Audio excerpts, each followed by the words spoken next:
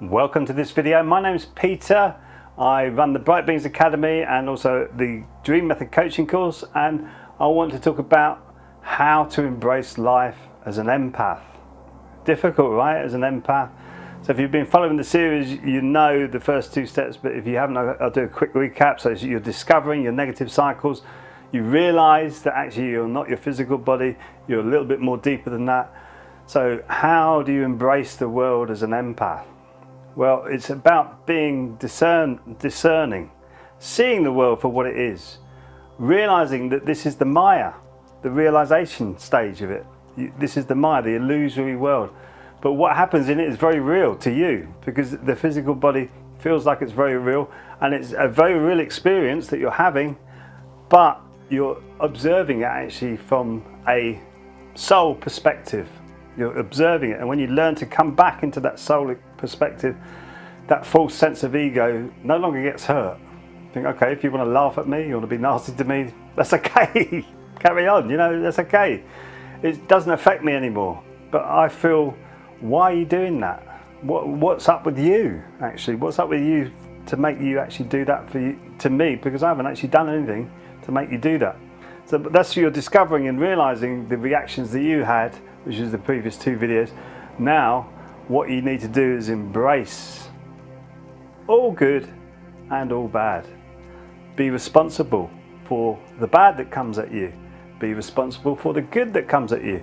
Be diligent. You hopefully keeping the journal up from the discoveries period, and you can write down, actually this was a particularly good day because of this. This was a particularly bad day because of this.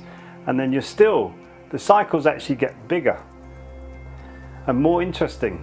As you come out of those negative cycles and that exhaustion and that numbness, the cycles get more interesting as you start to realize, wow, I didn't think life could be like this, embracing humanity. We call it in our practice of Qigong as the Chan, the Ji and the Yin. So the Chan is the heaven energy, the Ji is the earth energy, and the Yin is the heart energy, the humanity. So you've got heaven, earth, humanity. That's the three danjons we talk about in my practice, the Korean practice of Qigong. So now we're initiating the heart chakra, the middle danjon, to embrace the world. And I never thought it would be possible for me to actually embrace unconditional love, because there were things that I really thought I hated in this world. Corruption, injustice, racism, poverty, starvation, torture, all of it. And I see that it's not necessary, but it's happening because of free will. We all have free will. So when we practice our free will, we have to be very, very careful and diligent of how we practice it, as long as we don't hurt or harm anybody or anybody else's property, as it were. And that was the beginnings or the essence of common law, which is slowly drifting away again from humanity as we just dip this last dip in the Kali Yuga as we move up towards the golden age. More people are realizing that they are sovereign beings, and this whole change that we're going through is making them realize that they don't want this, so start to embrace what they actually do want. And that's it. That's the important thing. Start to embrace what you want. So you're actually starting to use the principle of the Qigong of where your mind goes, your energy follows. So you want to embrace that.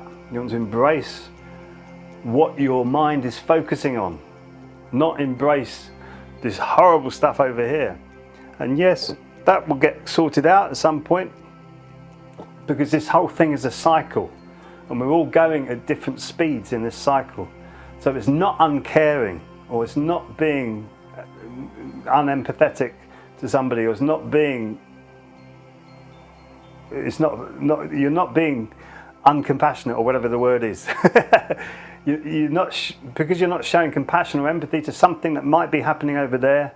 It's important to be diligent of it and see that it's happening, but if you can't do anything about it, you can't say anything about it, it's best to leave it be, because that will be sorting its own thing out.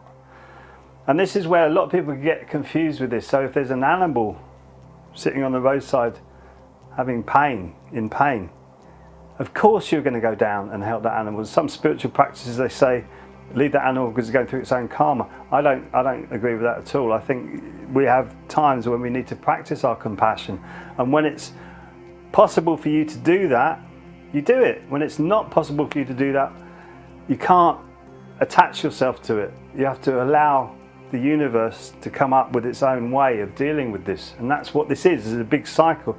And we as empaths, and our enormous sense of self as we grow up, and the way that we've been conditioned, we think we can save everybody when you can't. It's just impossible. You can help the people around you, and you can help the people that come towards you, but the people who are swimming away from you, this is why you were getting emotionally exhausted from the discovery mode and the realization mode. You're trying to help everybody, which is what empaths try to do, which is it's a beautiful trait. But when you start to focus that energy and embrace everything around you, embrace the world, you realize that you can't do that with everybody. So you have boundless energy actually for the people who are resonating with you, and you realize that people will steal your energy very quickly, and that's okay just to leave them be. You don't have to attack them, you don't have to accuse them, you don't have to judge them.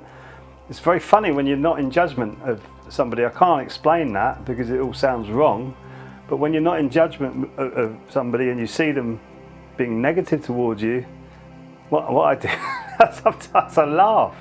I laugh if they're, especially in some of the Qigong classes. I've learned that through teaching Qigong to people who have Parkinson's and Alzheimer's, where they'll say, "He's a funny man, isn't he?" And I'll turn and go, "Yeah, he is a funny man. What's he doing here?"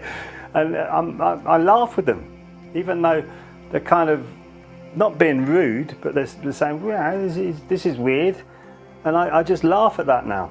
And the same with other people being rude to me outside of the Qigong class. You go, yeah, okay, if that's what you think. I'm flowing with life. I'm not being attached to these negative things that are coming at me. Sometimes it does when the people are closer to you and you get involved with the heat of the moment, but that becomes less and less as you break these negative cycles, and that's what's important. But embracing, really it's about embracing yourself, your true purpose, your profound purpose on this earth. And when you can embrace that, then you realize where your mind goes, your energy follows, and you keep going towards that, what you want, not what you don't want. Because it's so easy to focus on what you don't want, because that's being bombarded to us 24/7 at the moment. So focus on what you want, you can embrace your life, and you can see where you want to take your life. So embracing the world, embracing yourself, much the same thing really. It's all macro and micro. It's all the same thing. Anyway, I look forward to connecting with you in the next video when we look into actualization. Till then, be well, keep shining.